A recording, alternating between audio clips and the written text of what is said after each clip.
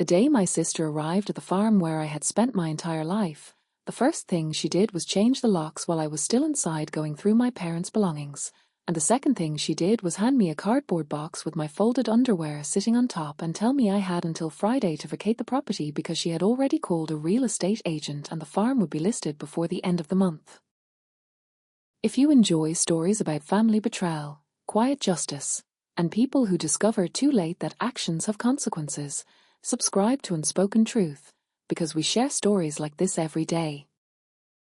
My name is Cecilia. I am 38 years old, and for 10 of those years I was the only person on this earth who cared about keeping a 250-acre farm in Augusta County, Virginia alive, a farm that my family had held for 3 generations and that my parents, Raymond and Dorothy Vance, loved with a devotion I only fully understood after they were gone. Because when you are the person who gets up at 4 in the morning to check the irrigation systems, who negotiates with distributors, who manages the books, who renews the pasture lease agreements for the North Fields, who pays the property taxes on time every single year, you begin to understand that a farm is not a piece of land. It is a living organism that requires constant attention to survive. And I gave it that attention for an entire decade while my sister Brenda lived in Atlanta with her second husband, her apartment with a park view, and her job at a public relations firm where, according to her, she was absolutely indispensable. Brenda and I were never close, and that needs to be said from the beginning, because truth matters more than blind loyalty when you have reached the point in a story where I now find myself, sitting on the porch of a rented house 15 minutes from the farm where I grew up, writing all of this down so that someone else can understand how a family actually works when money enters the equation, when parents die, and when the person who stayed to take care of everything suddenly discovers that, according to the documents everyone saw, she does not exist, she does not count, she inherited nothing, and that the only name in the will belongs to the person who left 20 years ago and who came back 3 days after the accident smelling of expensive perfume and asking how much the property was worth before she had even gone to the cemetery to visit the graves of her own parents. The accident happened on a Tuesday in October, on the road that connects our farm to town, a road my parents had driven hundreds of times in 40 years of marriage, and that morning it was covered in fog, and a truck coming from the opposite direction crossed the center line, and the impact was so severe that rescue workers took nearly 2 hours to reach the scene and another 40 minutes to do what needed to be done. And when they called my phone, I was reviewing invoices for the previous quarter's fertilizer orders in the office my father had built beside the main barn, and I remember that the first thought I had, after the shock and after the tears, was that I needed to call the farm workers the following week to let them know the schedule would be changing. Because that is what someone does when they have spent 10 years being the invisible anchor of a place. They think about responsibilities even when the world is collapsing around them. I called Brenda that same afternoon, and she cried, or at least she made the sounds of someone crying, and told me she would be on the first available flight, and I told her it was fine, that I would handle everything, that she did not need to worry, and I believe that phrase, "I will handle everything," is the most dangerous phrase a person can say when they have spent years actually meaning it, because eventually people stop seeing it as an act of love and start treating it as something that simply happens, something that does not need to be acknowledged or compensated, something that exists because it always has and will continue to exist regardless of what everyone else decides to do. And Brenda had always been exceptionally good at processing the things I did in exactly that way, as if they were natural phenomena rather than personal choices that carried a real cost for me. Brenda arrived on Thursday, 2 days after the accident, and the first thing I noticed was that she had brought a large suitcase, not a weekend bag but a suitcase that was clearly packed for an extended stay, and the second thing I noticed was that she had brought with her a man I did not recognize, whom she introduced as a Marcus, my assistant. Although Marcus had the appearance and vocabulary of someone who worked in real estate or finance rather than public relations. And when I asked Brenda what exactly Marcus did, she gave me a smile I remembered from when we were girls, that smile that meant she knew something I did not know and had absolutely no intention of sharing it yet. And that smile produced a coldness in my stomach that took me several days to fully understand. The first 2 days were relatively normal as things can be when you have just lost both parents in the same accident. Brenda and I organized the basic paperwork, coordinated with the funeral home, received the neighbours who arrived with food and condolences, and at no point during those 2 days did Brenda mention the farm, the will, the inheritance, or anything related to those subjects. She only spoke about our parents with a kind of performed emotional effect that people display when they are not entirely sure what they actually feel but know precisely how to appear as though they do. And I, who was genuinely devastated, let the dynamic carry me forward because I did not have the energy to analyze it. On the third day, a Saturday morning, I came downstairs to the kitchen and found Marcus sitting at the breakfast table with an open laptop and several printed documents spread in front of him. And when I asked what he was doing, he told me, with a calmness I now recognize as the calmness of someone operating under very specific instructions, that he was conducting a preliminary property assessment to establish a market value estimate before the attorney meeting, and I stood in the kitchen doorway holding my coffee processing that phrase, a preliminary property assessment, and then Brenda came down the stairs fully dressed with her phone in her hand, looked at me with that same smile from when we were children, and said, Cecilia, we need to talk about what's going to happen with this house. What Brenda told me that morning in the kitchen, with Marcus taking discreet notes in the background and the sun coming through the windows I had cleaned myself 2 weeks before, was that the will named her as the sole heir to the property, to the primary bank account, to the livestock, to the farm equipment, and to all structures on the land, and that while she understood I had been living here and that it must feel hard, the legal reality was that the farm now belonged to her and she needed to make practical decisions as quickly as possible. And when I asked how it was possible that my parents had left me completely out of the will, she looked down at her coffee and said, "A mom and dad made that decision years ago, Cecilia, and I don't fully understand it either, but it is what it is." Those words, "it is what it is," struck me in a way I still struggle to describe accurately, because at that moment I did not yet know what I would come to know. I did not have the perspective or the information or the calm necessary to see the complete picture. I only had the sensation that the ground beneath my feet had just become something that could no longer hold me, and the image of my parents, of Raymond with his work boots always caked with red clay and Dorothy with her accounting notebooks that I had inherited along with her compulsion to write everything down, did not fit with what Brenda was telling me. It did not fit at all. That same afternoon I called Mr. Hargrove, the family attorney, an older man who had been representing my parents since before I was born. And when I explained what Brenda had told me, there was a silence on the other end of the line that seemed too long to be a silence of surprise. And then he said, in a very careful voice, that the official will reading was scheduled for the following Wednesday, that it was important I be present, and that there were certain documents that would be discussed at that meeting which he had been unable to share prior to the official date. And when I asked what documents he meant, he said it was better to wait, that on Wednesday I would understand everything, and he ended the call before I could ask anything further. That evening, while Brenda and Marcus had dinner in the main dining room speaking in low voices about things they stopped saying whenever I entered the room, I decided to do something I had learned to do during 10 years of managing the books of a mid-sized farm with dozens of simultaneous financial variables, which was to sit down with the documents I had available and build the clearest possible picture from the information that existed. So I went to the barn office, pulled out the files I had organized myself over the course of a decade, and began to read, not searching for anything specific yet, just reading, noticing, remembering. It was during that late-night review that I found the first clue, though I did not recognize it as such at the time. It was a reference in a printed email from 3 years earlier, an email between my father and Mr. Hargrove in which my father mentioned the adjustments to the secondary instrument and asked the attorney to confirm that the activation clause remained valid under current Virginia statute. And I did not understand what it meant in that moment, but I photographed it with my phone and saved it in a folder I began calling mentally things I don't understand yet. On Monday morning, Brenda formally handed me what she called the vacation notice, which was in reality a handwritten letter on farm stationery telling me I had until Friday to remove my personal belongings, that Marcus would conduct an equipment inventory on Thursday, and that the real estate agent, whose name she had written at the bottom of the letter with a phone number, would visit the property Friday afternoon for the initial assessment, and that she hoped I would cooperate with her. Process so that everything could be as civilized as possible. And she used the word is civilized in a way that clearly implied I was the one at risk of not being so, when the only person who had done something I would characterize as genuinely uncivilized was her.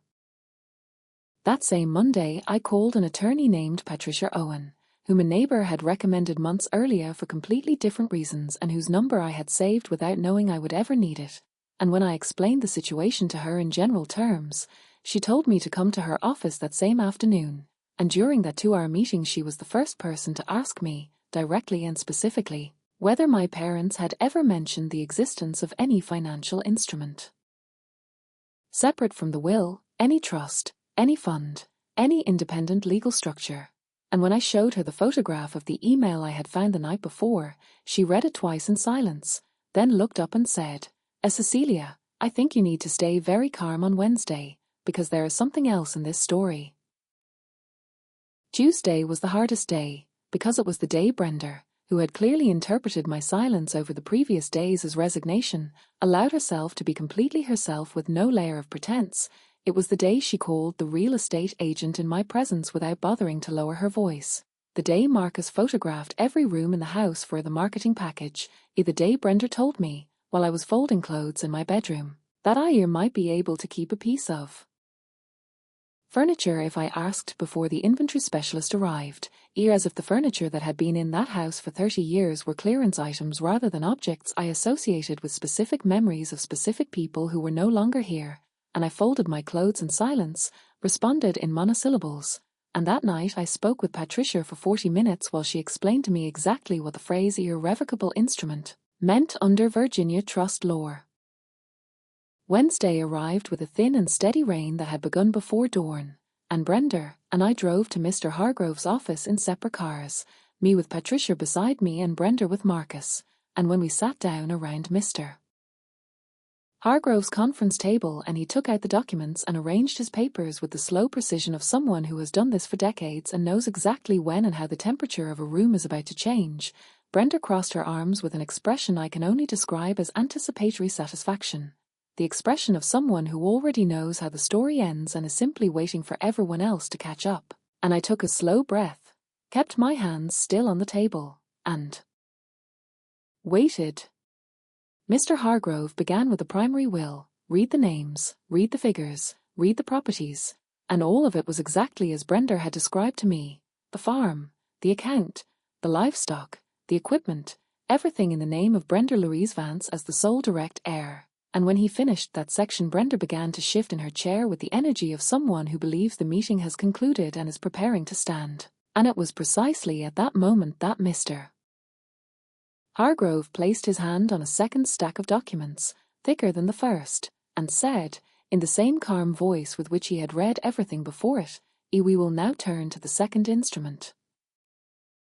The silence that followed those words, "We will now turn to the second instrument," it was the kind of silence that only exists in the moments when something that cannot be undone is about to happen, and Brenda stopped moving, and Marcus looked up from his phone for the first time in 20 minutes, and I kept my eyes on Mr. Hargrove because Patricia had told me the night before to do exactly that, to watch the attorney and not my sister, to breathe and to listen. Mr. Hargrove explained, with the methodical precision of someone who had rehearsed these words many times because he had known this moment was coming, that Raymond and Dorothy Vance had established 7 years ago an irrevocable trust under the laws of the state of Virginia, that this trust had been structured specifically to remain separate from the ordinary probate process, that it had not passed through the will because legally it did not need to, and that the total value of the assets held within that trust, including investments, capital accounts, a municipal bond fund my father had started in the 1990s that had grown across 3 decades without almost anyone knowing it existed, and a corporate life insurance policy tied to the trust structure, came to the sum of $27,500,000, and that the sole and irrevocable beneficiary of that trust was Cecilia and Vance. Brenda made a sound that was not exactly a scream and not exactly a question. It was something between the two, and Marcus leaned toward her and said something very quietly, and Mr. Hargrove continued reading without pausing, because irrevocable documents do not wait for anyone to process their emotions, and Patricia, who was sitting to my right, placed her hand over mine very briefly, a small gesture that meant more than she could have expressed in words, and I kept my eyes on Mr. Hargrove because it was the only thing I knew how to do in that moment. Mr. Hargrove's explanation lasted another 40 minutes, and during those 40 minutes Brenda attempted 3 separate interruptions. The first was a question about whether the trust could be contested, to which Mr. Hargrove responded that irrevocable trusts established more than 5 years ago with documented legal counsel are extremely difficult to contest under Virginia law, especially when the grantor, meaning the person who created the trust, had left a notarized letter explaining their intentions. The second was a statement that her parents had never mentioned any of this to her and that this constituted some kind of irregularity, to which Mr. Hargrove responded that an irrevocable trust is not required to be disclosed to third parties including other heirs, and the third was a request that the documents be reviewed by another attorney before proceeding, to which Patricia responded before Mr. Hargrove could, with a calm I deeply admired, that the documents were fully accessible for review by any qualified professional but that their legal validity was not in question. When we walked out of Mr. Hargrove's office, the rain had stopped and the sun had come out with that particular intensity that October sun carries in Virginia, and Brenda stayed in the parking lot with Marcus speaking quietly, wearing an expression I had never seen on her before, an expression that was not quite anger but something closer to the confusion of someone who has just discovered that the game she believed she was winning had rules no one had ever taught her. And I got into the car with Patricia and said nothing for the first 5 minutes of the drive. And then I asked her if she had known about the notarized letter before the meeting, and she said no, that it had been new information for her as well. The letter from my parents, which Mr. Hargrove handed me in a sealed envelope at the close of the meeting, was written by hand by both of them, half in my mother's round and careful script and half in my father's slanted and hurried one, and it had been written 3 years ago. And in it they explained that they had made the decision to structure the trust this way because they wanted the person who had chosen to stay, who had chosen to work, who had chosen to build something with them rather than build something far away, to have the security that that choice deserved, and that they had not told anyone because they knew their family and understood the prior knowledge would generate only pressure and conflict before everything was fully secured. And at the end of the letter my mother had added, in her round handwriting, Cecilia, we always saw everything you did, even when we didn't say it nearly enough, and what you did was worth every cent of this and so much more. What happened in the weeks that followed was a process Patricia managed with the same calm I had learned to apply to difficult things over the years, which is one thing at a time, one document at a time, one decision at a time, and what happened was this. Brenda inherited the farm, the equipment, the livestock, and the primary bank account, exactly as the will specified, and I inherited the trust, and Brenda spent approximately 3 weeks attempting to identify a legal argument that would allow her to contest the second instrument, and that argument did not exist, and the attorney she hired to find it charged her $18,000 to confirm that it did not exist, and then Brenda made a decision I had not anticipated but which in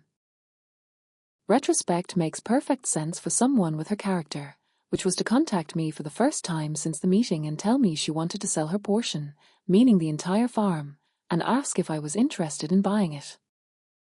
I told her yes, because the farm was the place where my parents had lived and where I had built a decade of my own life, and I offered her the market value the real estate agent had estimated in his Friday assessment, and she accepted without negotiating, likely because she did not want to continue a conversation with me any longer than was strictly necessary. And that is how I ended up owning both the trust and the farm, not because my parents had left me everything, but because my sister sold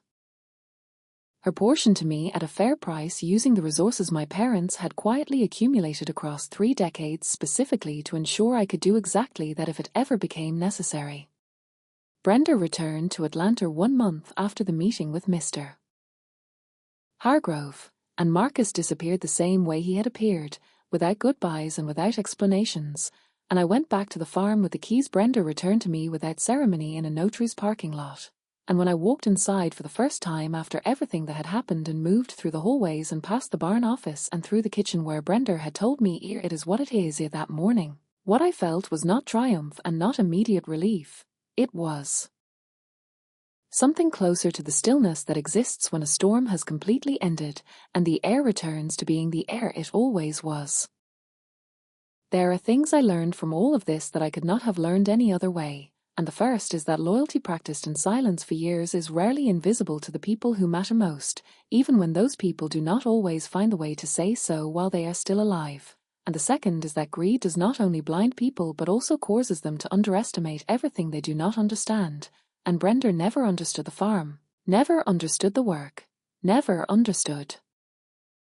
what it meant to stay, and that incomprehension was precisely what prevented her from seeing what my parents had been building for me while she was looking in another direction. And the third is that the boundaries we set with people who harm us are not acts of cruelty but acts of clarity. And sometimes clarity is the most honest thing you can offer, both to them and to yourself. And the fourth, the one I think about most often when I walk the farm in the mornings and see the same fields I watched for 10 years through different eyes now, is that work done with genuine dedication always leaves a mark. And the people who spend their lives building things know better than anyone how to recognize who was actually there while the building was happening.